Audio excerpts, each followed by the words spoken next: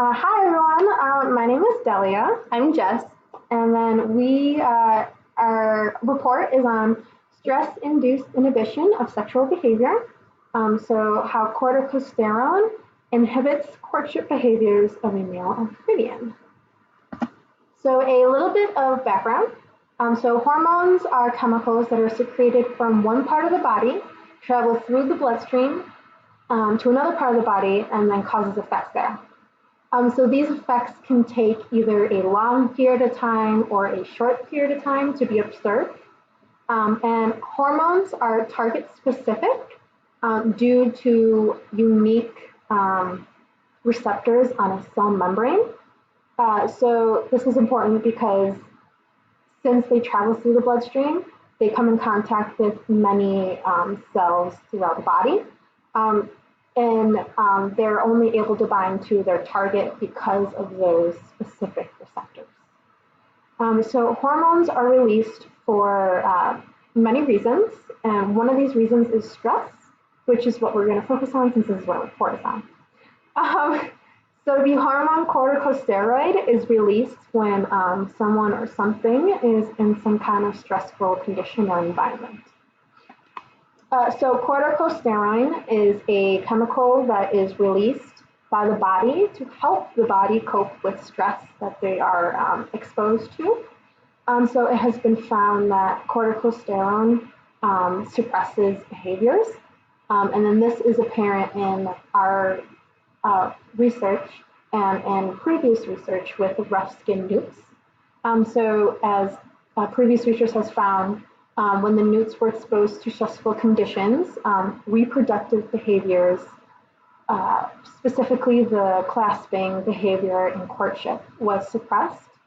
And then this is what led our researchers to hypothesize that corticosterone is a chemical involved in the suppression of sexual behavior, specifically clasping.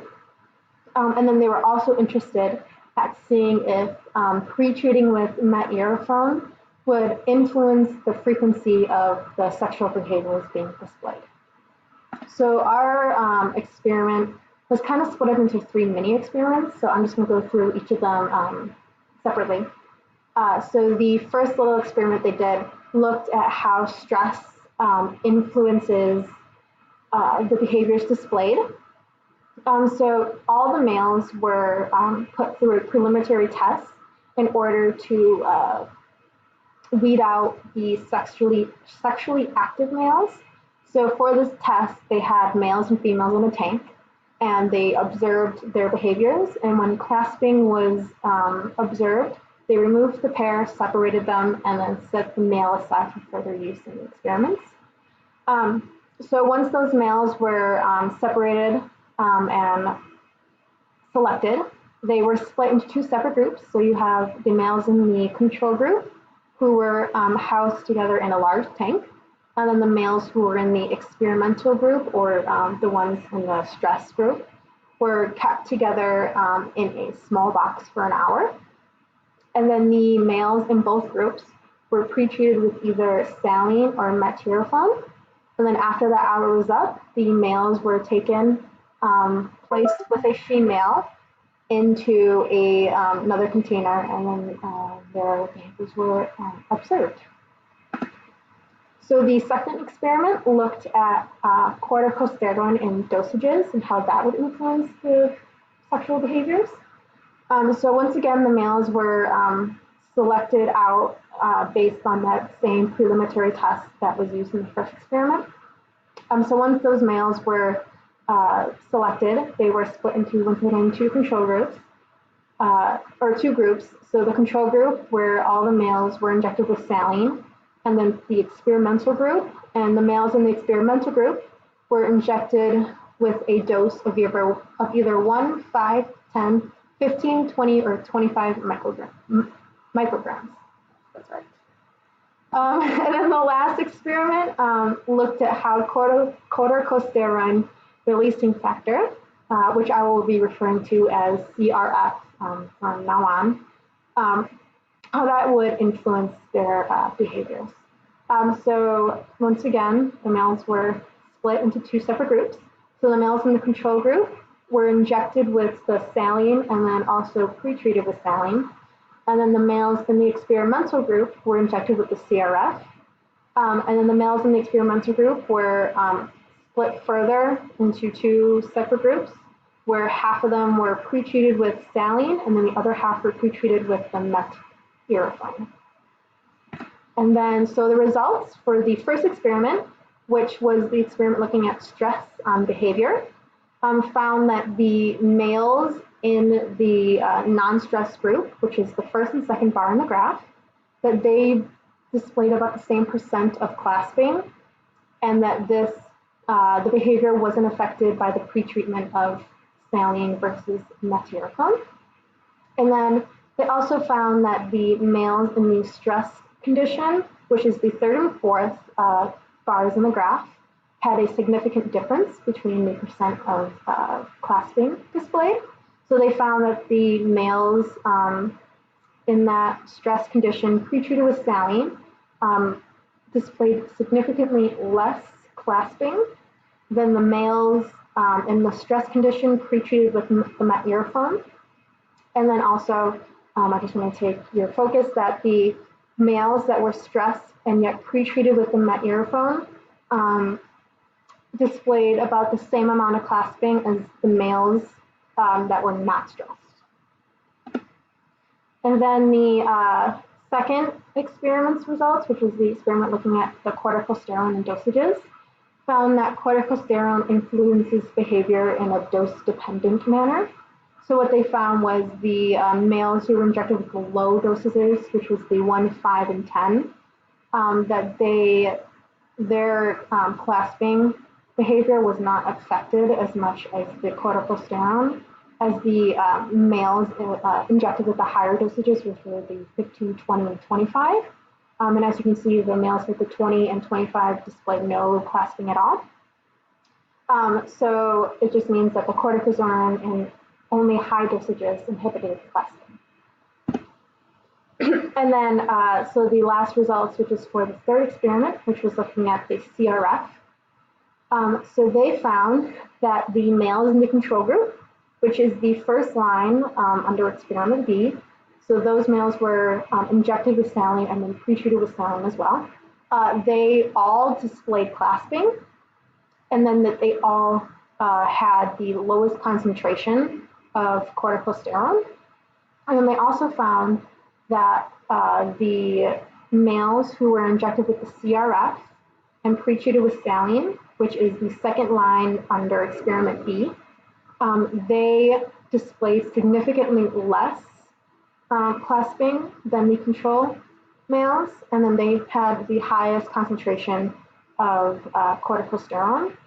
And then lastly, they found that the males that were injected with the CRF and pretreated with the metirofine, that they displayed more clasping than the males who were injected with CRF and pretreated with saline, but still not as much clasping as the males in the control group. So this led them to a few conclusions. The first is that increased concentrations of stress hormones did reduce mating in male rough-skinned newts.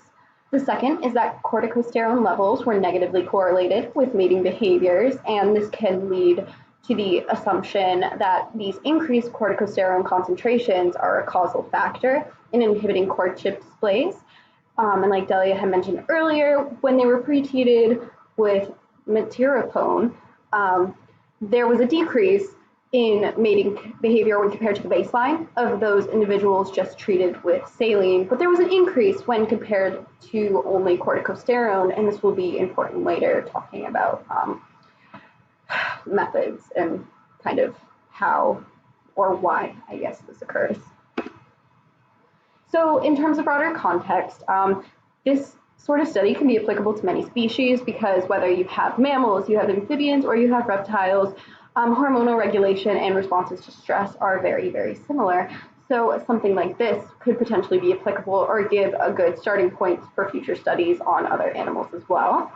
For conservation, this is big in terms of endangered or threatened species. If you have captive breeding programs, you're going to want to know if certain stressors are going to repress breeding behaviors, especially for those with long gestation periods, like, for example, elephants, because that takes longer for them to maintain those populations. Stimuli in zoos specifically can be very stressful. This can be including, sound, limited space. There's human and other animals in close proximity to them that they're not used to. There's routine husbandry cleanings. There's abnormal social groups. That's incredible. Sorry, the lights are good.